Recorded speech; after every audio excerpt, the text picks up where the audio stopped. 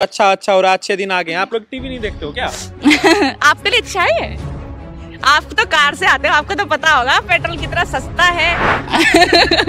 और डंका तो बच गया है वैसे हमारा। जो भी बात है कि भारत, हम जैसे लोग अगर जो बोल रहे हैं, जो अपनी आवाज उठा रहे हैं, ये वो सरकार है जो लाशों की राजनीति करेंगे या फिर इस तरह के पोस्टर्स अपने दलालों से बनवाएंगे, तो हमें साफ साफ दिखता है कि ये कितनी खौफनाक राजनीति करते हैं। ये एक ऐसा इंसान है जिसने अपने बाप को भी नहीं छोड़ा, अपने बाप का नाम भी बदल के रख दिया। देखो सबूत के साथ दिखाती हूँ उन्होंने क्या देखिए ना। मैं पहले भी आपके इंटरव्यू में एक बात कह चुकी हूँ, दोबारा कह रही हूँ कि इन्होंने मंदिर के नाम पे वोट मांगा था ना, मंदिर के नाम पर वोट मिला भी इनको, ठीक है ना। आज भी वही चल रहा है ना, फिर मिलेगा।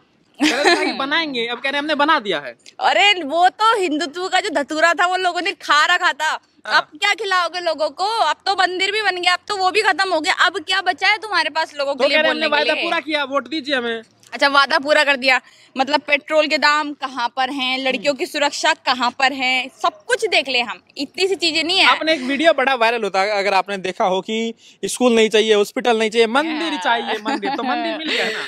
हाँ, मंदिर चाहिए। वो मंदिर मांगने वाला आज कहाँ है आपको भी पता है। हॉस्पिटल नहीं मिला था उसे, तो इसलिए जान गंवानी पड़ गई भाई साहब को अपनी, ये भी पता होगा। कोरोना में भाई साहब को हॉस्पिटल नहीं मिला, यूपी के वो आते थे, यूपी से आते थे, मंदिर चाहिए मंदिर चाहिए। मंदिर ले लो, अब मंदिर में तुम अपना इलाज कराओ, मंदिर में अपनी बेटियों की सुरक्षा कराओ, मंदिर में ही अपनी बेटियों को पढ़ाओ, मंदिर में अपने बेटों को पढ़ाओ, IAS ऑफिसर बनाओ, खेल खिलाओ, ओलंपिक जिताओ, सब मंदिर में। मजबूत हो रहा है, हिंदू मजबूत हो रहा है, आपको नहीं दिख रहा है? मजबूत हो रहा है, बहुत मजबूत हो रहा है। देखिए हिंदू बहुत ज्यादा मजबूत हो गया है। अगर हम मजबूती की बात देखें तो वही मजबूती हमें दिखती है कि लोग वंदना कटारिया के घर में मुसलमान नहीं थी ना, है ना। या फिर हिंदू, आप ये बताइए ना कि आप हिंदू से क्या डिस्क्राइब करना चाहते हैं? लोग हिंदू है कौन इनकी नजरों में? कौन है हिंदू? अगर आप वंदना कटारिया के घर में जाकर ये बोलते हैं कि अच्छा हुआ दलित थी हार गई और जीत जाती, लोग दो लोग इनके भक्त, अंध भक्त इनके खुद गए और वहां पर ये बोल रहे हैं कि अच्छा हुआ हार गई, अगर जीत जाती तो तुम लोग ऊंचे हो जाते। मतलब अब हिंदू मजबूत नहीं हो रहा है, अब हिंदू हिंदू नहीं है, अब दलित दलित है, शूद्र है, जिसके मुंह में पिघलाकर एक तरीके से शीशा डाला जाएगा, उसको सुनाई नहीं दिया जाएगा, वो वाला दलित अब योगी जी तो संत है, वो कह रहे हैं कि भाई हमारे लिए तो सब बराबर है, हमारे लिए कोई भेदभाव नहीं है, संत की कोई जाति नहीं होती। आप इसको जो है हिंदू मुस्लिम और जो है दलित गैर दलित में मत जोड़िए। अच्छा, अगर हम ना जोड़े तो वो जो केस हुआ है अभी दलित का, उसके साथ देख लीजिए बच्ची का, हमारी दिल्ली में देख लीजिए बच्ची का रेप हो गया है, बलात्कार हो गया है, इनके पुजारी ने रेप किया है। इनके अपने ही है ना, पर्सनली पुजारी होते हैं इनके अपने ही है। कठुआ का हम देख ले, उन्नाव में इनको क्लीन चिट मिल गई है सेंगर को। तो जितने भी घटना है, अपना काम करेगा, न्यायालय अपना काम करेगा। न्यायालय अपना काम कर रहा है, न्यायालय अपना बहुत बढ़िया काम कर रहा है। अगर न्यायालय अपना बहुत बढ़िया काम करेगा तो उसे राज्यसभा की सीट मिलेगी डायरेक्ट। जैसे कि हमने देखा पहले भी न्यायालय ने क्या काम किया, इनको क्लीन चिट दिलवा देते हैं वो गोगोई जी, फिर उनको क्लीन चिट मिल जाती और फिर उनको फिर पता होता है कि हाँ चलो अब हमने इनके लिए कुछ कर लिया, हमें फल क्या मिलेगा, तो उनको राज्यसभा की सीट दे दी जाती है। तो न्यायालय क्या काम कर रहा है, पुलिस क्या काम कर रही है, सरकार क्या काम कर रही है? सामने जो चुनाव होने वाला है, तो आपको क्या लग रहा है? मोदी जी है, अमित शाह जी भी आ गए, वो तो चाणक्य है, जहाँ जाते हैं चुनाव तो जीती जाती है बीजेपी। कौन चाणक्य है? अमित शाह जी। अच्छा, वो मतलब क्या बोलूं, खैर वो तो खैर मेरे पापा ने अभी बोला मुझसे कि किसी को तू थोड़ा करके मत बोलिएगा। तो मैं फिर से यही बात बोलना चाहूंगी कि एक अनपढ़ इंसान, हमारे मंत्री प्रधानमंत्री हो योगी आदित्यनाथ जी हो या हमारे गृह मंत्री अमित शाह जी, ग्रेजुएट है योगी जी, कैसी बात कर रहे हैं आप? अरे बहुत ग्रेजुएट है, वो दिखता है, ग्रेजुएशन उनकी दिखता है। अगर जो ग्रेजुएट बंदे होते हैं ना, वो हिंदू मुसलमान की बातें नहीं करते हैं, वो इस तरह की बातें नहीं करते। ग्रेजुएट बंदे जो होते हैं वो दिमाग से चलने वाली बातें करते हैं। एक कांग्रेस सरकार जो थी ना पहले, जो हमारी केंद्र में सरकार थी, उसमें पढ़ा लिखा वर्ग था, उसमें पढ़े लिखे लोग थे, तो हमने देखा कि वहाँ पे लोग कैसी बातें करते थे। आज तक हमने हिंदू मुसलमान नहीं देखा 2014 से पहले। और अभी थोड़े दिन पहले जब वो बच्ची का रेप हुआ तो मैं कह रही थी, तो पता है वो क्या बोले मुझसे? उसने ये बोला कि आप कांग्रेस को क्यों नहीं कहते, मतलब रेप आज हो रहा है, आज की सरकार में हो रहा है, आज आपने हिंदुओं को बढ़ावा दिया है, हिंदुत्व को बढ़ावा दिया है, उसके बाद ही बलात्कार हो रहे हैं क्योंकि वो दलित बच्ची थी, और हम जाए किस पे? नेहरू पे। भैया नेहरू तुमने रेप क्यों करा दिया? आज हमारा रेप हो रहा है, मतलब जो है ही नहीं इंसान, उसको बैठकर हम कोसे। अभी पिछले दिनों बीजेपी के नेता का वीडियो वायरल हुआ, वो कह रहा है कि जो इकोनॉमी की जो हालत खराब हुई है, इसके लिए नेहरू जी का भाषण जिम्मेदार है। अरे हर चीज के लिए नेहरू, देखो आज जो बलात्कार हो रहे हैं सब कुछ वो नेहरू जी ने करवाए हैं। आज जितनी भी मॉब लिंचिंग्स हो रही हैं वो बैठ के नेहरू जी करवा रहे थे। ये तो एकदम ना मतलब एक कहते हैं ना एकदम साफ सुथरे संत लोग हैं, इन्होंने आज तक कहा नहीं। अगर सही बात बोले ना हम जैसे लोग अगर जो बोल रहे हैं, जो अपनी आवाज उठा रहे हैं, ये वो सरकार है जो लाशों की राजनीति करती है, जिसने कब्रिस्तान और शमशान घाट की राजनीति कर जो आज तक यहाँ पर आए हैं। ये वो लोग हैं जिन्होंने हिंदुओं को ये भी नसीब नहीं हुआ, जिसकी सरकार खुद को कहते हैं हिंदुओं को ये भी नसीब नहीं हुआ कि उनको जला दिया जाए, दफनाया गया और गंगा में दफनाया गया, जो लाशें बाहर बह कर आ रही थी। यूपी में क्या मुद्दे होंगे, युवाओं के खास तौर पर क्या मुद्दे होंगे और प्रदेश की जनता के क्या मुद्दे होंगे, आपको क्या लग रहा है? तो जिस तरह से मॉब लिंचिंग वहां पर हुई वो होना चाहिए, जिस तरह से वहां पर लड़कियों के साथ बलात्कार हुए, जिस तरह से वहां पर लड़कियों के साथ घरेलू हिंसाएं हुई इन हमारे योगी जी के काल में, तो इस तरह के अगर मुद्दे हम देखें तो वहां पर लोगों को बाहर निकाल के लेने चाहिए, उनके खिलाफ आवाज उठानी चाहिए और खासकर यही मुद्दे होने चाहिए। महिला सुरक्षा हो गया, मॉब लिंचिंग, पढ़ाई, इन्होंने जो 15 लाख का वादा किया, बहुत सारी चीजें इन्होंने लेने की जो वादा की थी उस पर कुछ काम नहीं हुआ है, तो लोगों को उसी के खिलाफ जाकर इनको वोट डालना चाहिए और इस सरकार को हटाना चाहिए। अभी क्योंकि देखा जा रहा है कि जो महंगाई का जो मुद्दा है, गैस सिलेंडर के दाम जिस तरीके से बढ़े हैं, पेट्रोल डीजल के दाम जिस तरीके से बढ़े हैं, तो आपको क्या लग रहा है? स्मृति ईरानी अब आजकल नहीं निकलती है, पहले तो जो है सिलेंडर लेकर आ जाती थी सर पे। उस औरत की मुझसे बात मत कीजिए, वो देखिए उन्होंने क्या क्या नहीं किया है वो हमारे सबके सामने है, पूरे भारत देश के सामने है। उनसे अगर हम ये उम्मीद लगा रहे हैं कि हाँ भैया अब तो वो सड़कों पे उतर आएंगी या वो हमारे साथ आएंगी और फिर खिलाफ बोलेंगे क्योंकि पेट्रोल के दाम बढ़ रहे हैं, तो वो एक तरीके से होता है ना, जो बीजेपी के जो अपने बंदे होते हैं, जो अपनी मतलब एक तरीके से जेब में रखे हुए होते हैं। वो औरत ना एक रट्टू तोता है, रट्टू तोते के नाम से उसको जाना जा सकता है कि अगर जो भी मोदी जी बोलेंगे पर्सनली, जो भी अमित शाह जी बोलेंगे, वो आ जाएंगी रट्टू तोते की तरह बोल देंगी। अब उनको अगर वो बोले ना मोदी जी के भैया किसान के साथ जाके बैठ जाओ, तो वो किसानों के साथ जाके भी बैठ जाएंगी। तो वो एक तरीके की कठपुतली औरत है और उसको महिला होने पर और फिर ये होने पर कि हाँ अब वो बाहर नहीं आ रही, तो हमें कोई बहुत हैरानी की बात नहीं लगती है। किसानों का जो मुद्दा है, आपने किसानों का जिक्र किया, बीजेपी और जो है योगी जी जो है लगातार चुनौती दे रहे हैं कि यहाँ पर आप घुसकर दिखाइए यूपी में, अगर आप कानून व्यवस्था और बाकी चीजें यहाँ पर अगर डिस्टर्ब होगी तो हम लोग छोड़ेंगे नहीं। लगातार धमकी दी जा रही है। आपने वो भी देखा होगा, एक पोस्टर बड़ा वायरल हुआ था, इसमें दिखा जा रहा है बाल खींच कर ले जा रहे हैं, बाल खींच कर लेकर जा रहे हैं, बक्कल उतार देंगे, ये योगी है बक्कल उतार दिया करे। यही बोला गया उस जो पोस्टर वायरल हुआ था कि मतलब आप ये बोल रहे हैं कि चमड़ी उधार देगा अगर योगी है, मतलब इतना खौफ बना के आप हमारे भारत में रख रहे हैं। और यूपी जो एक बहुत मेन राज्य है हमारे भारत के लिए, उसमें आप इतना खौफ बनाकर रख रहे हैं कि हमारे यहाँ जिनका इतना नाम ऊंचा हुआ, क्या कहते हैं जो किसान आंदोलन में उनका नाम राकेश टिकैत जी, जिनका इतना नाम ऊंचा हुआ, मतलब उसको बालों से खींचता हुआ दिखा रहे हैं। मतलब आप कौन होते हैं पोस्टर बनाने वाले, या फिर जो इस तरह का पोस्टर बना के वायरल भी करते हैं कि हाँ बक्कल उतार दिया करे या ऐसे कर दिया करे।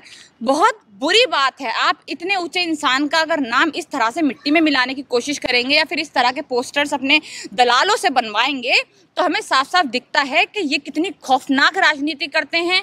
ये लोगों को लगातार कैसे धमकी देते हैं, युवाओं को कैसे धमकी देते हैं। यूपी में हमने देखा, यूपी में भी उन्होंने ट्वीट किया कि अगर जिसको भी अपनी जमीन जायदाद पीछे करवानी है, हटवानी है, अगर हम चाहते हो कि हाँ उसको हम ले लें, तो ही आगे हमारे खिलाफ बोलना। तो मतलब आप ये देखिए कि हम दिल्ली में हैं तो हम बोल पा रहे हैं, यूपी में वो हालत नहीं है। लोकतंत्र खतरे में आप मानते हैं? लोकतंत्र खतरे में नहीं है, लोकतंत्र खत्म हो चुका है। लोकतंत्र खतरे में है ही नहीं है, लोकतंत्र खत्म हो चुका है। अगर आप बोलेंगे तो आपको जेल में। खतरे में, वोट दीजिए बीजेपी को, आप कह रहे लोकतंत्र खतरे में है। देखिए हिंदू तो खतरे में है, आप ये बता दीजिए कि कौन हिंदू ऐसा है जो खतरे में नहीं है। मॉब लिंचिंग होती है, अगर दंगे होते हैं या फिर कुछ भी होते हैं, तो क्या सिर्फ एक ही धर्म को कुछ ना कुछ होता है, दूसरे धर्म के साथ कुछ नहीं होता?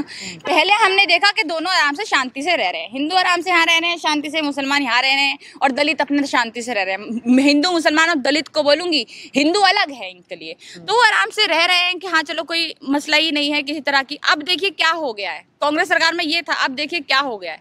अब ये है कि तू दलित है, तू हिंदू है, तू मुसलमान है, तो तुझे आपस में लड़ना है। और राज करेंगे कौन? ये ब्राह्मण, ये ठाकुर और ये राजपूत। लड़ेंगे नहीं, लड़ना इनको है नहीं, क्योंकि इनके बस की नहीं। बता जा रहा ब्राह्मण भी नाराज चल रहा है सरकार से।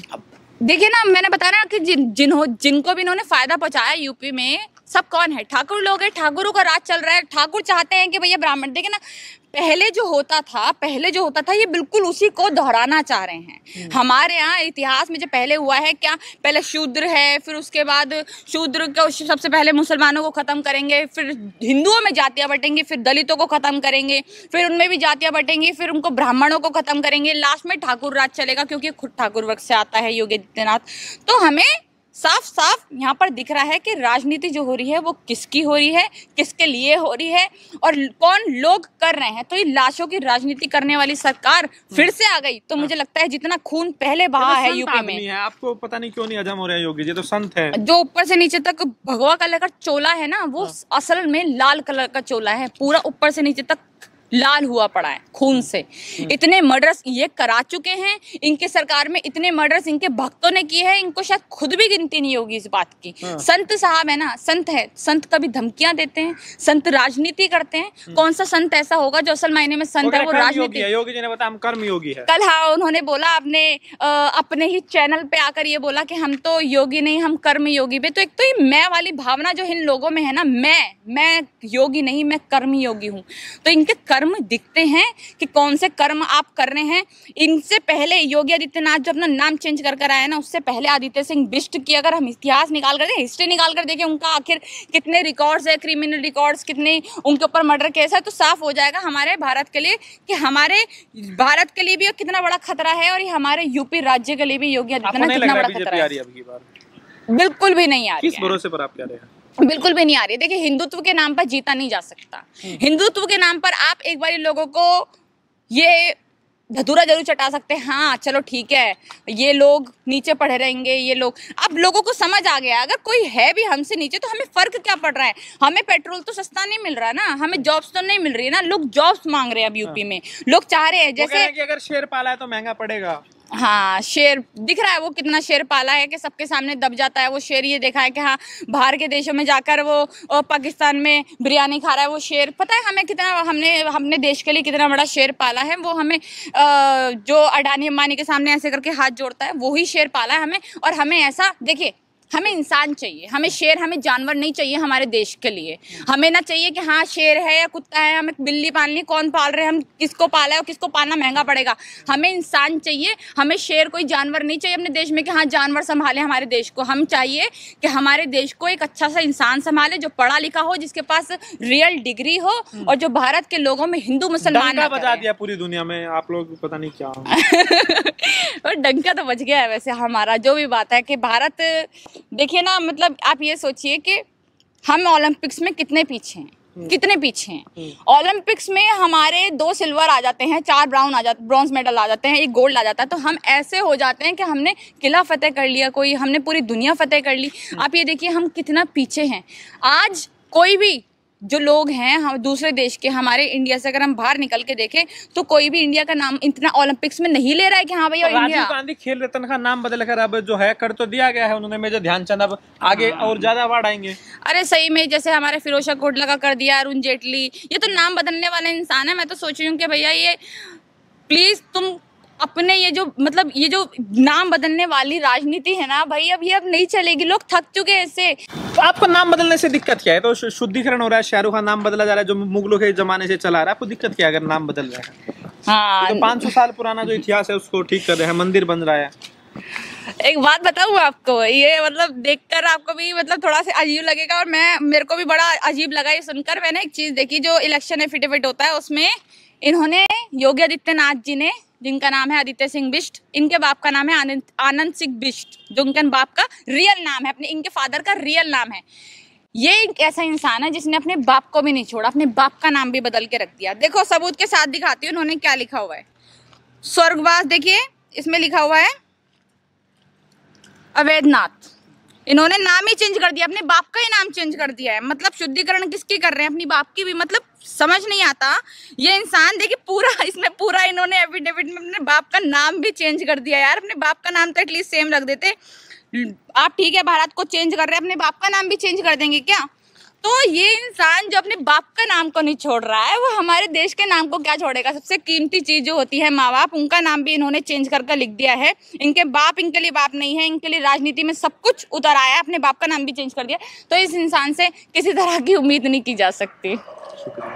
और हमारे देखो मतलब ये देखो इनकी सरकार में कितने बड़े बेवकूफ लोग हैं। मतलब ये कहते हैं ना, प्रधानमंत्री तो है ही फेक डिग्री वाले। जो इनके नीचे के लोग हैं, जो अपने आप को बहुत पढ़ा लिखा बताते हैं, जो डायरेक्टर बताते हैं अपने आप को, संबित पात्रा, उनको देखो कि वहां पर उसका वो डाल रहे हैं कि भैया खेल रत्न नाम हो गया है उनका। एक छोटी सी फोटो लगा रखी है ध्यानचंद उनकी, ध्यानचंद जी की, और हमारे मोदी की इतनी बड़ी फोटो लगा रखी है। उस पर जो चक्र है वही चेंज कर दिया, मेडल जो है वही चेंज कर दिया। मतलब ध्यानचंद जो अवार्ड मिलेगा उसको, खेल रत्न अवार्ड को, वो वही चेंज कर दिया। जो राजीव गांधी खेल रत्न अवार्ड था उसी को चेंज करके वो दूसरा उन्होंने मेडल लगा दिया वहां पर, जिस इंसान को यही नहीं पता कि कौन सा मेडल कौन सा है। लगातार आलोचना करते हैं, टीवी पर दिखाया जा रहा है सब कुछ अच्छा अच्छा और अच्छे दिन आ गए। आप लोग टीवी नहीं देखते हो क्या? आपके लिए अच्छा है, आप तो कार से आते हो, आपको तो पता होगा पेट्रोल कितना सस्ता है। आप खाना भी बनाते होंगे घर में, कि पता होगा कि हमारी जो एलपीजी गैस है वो कितनी सस्ती है। मतलब ये देखिए, ये सामने है। अगर हम मीडिया एक होता है ना, दलाल मीडिया से हटकर देखें, आप जैसे लोगों का चैनल देखें, मैं कहना चाहूंगी एक अच्छा चैनल देखें आप जैसे लोगों का, तो हमें पता चलता है कि हमारे भारत में आखिर क्या हालात हैं, कौन चीज़ें कितनी महंगी है, लड़कियों के साथ क्या बिहेव है, सब कुछ। और आज मैं फिर भी कहूँगी आपके चैनल के माध्यम से, कि फिर भी कहूँगी अगर अपने देश को अभी भी बचाना चाहते हैं लोग जो भी वीडियो देख रहे हैं, तो प्लीज़ इस गवार सरकार को, इस जाहिल सरकार को वोट बिल्कुल ना दे। अपने शिक्षा पर ध्यान दे, अपनी नौकरी पर ध्यान दे, अपनी बेटियों की सुरक्षा पर ध्यान दे, और फिर जाकर वोट डालें 2022 में यूपी।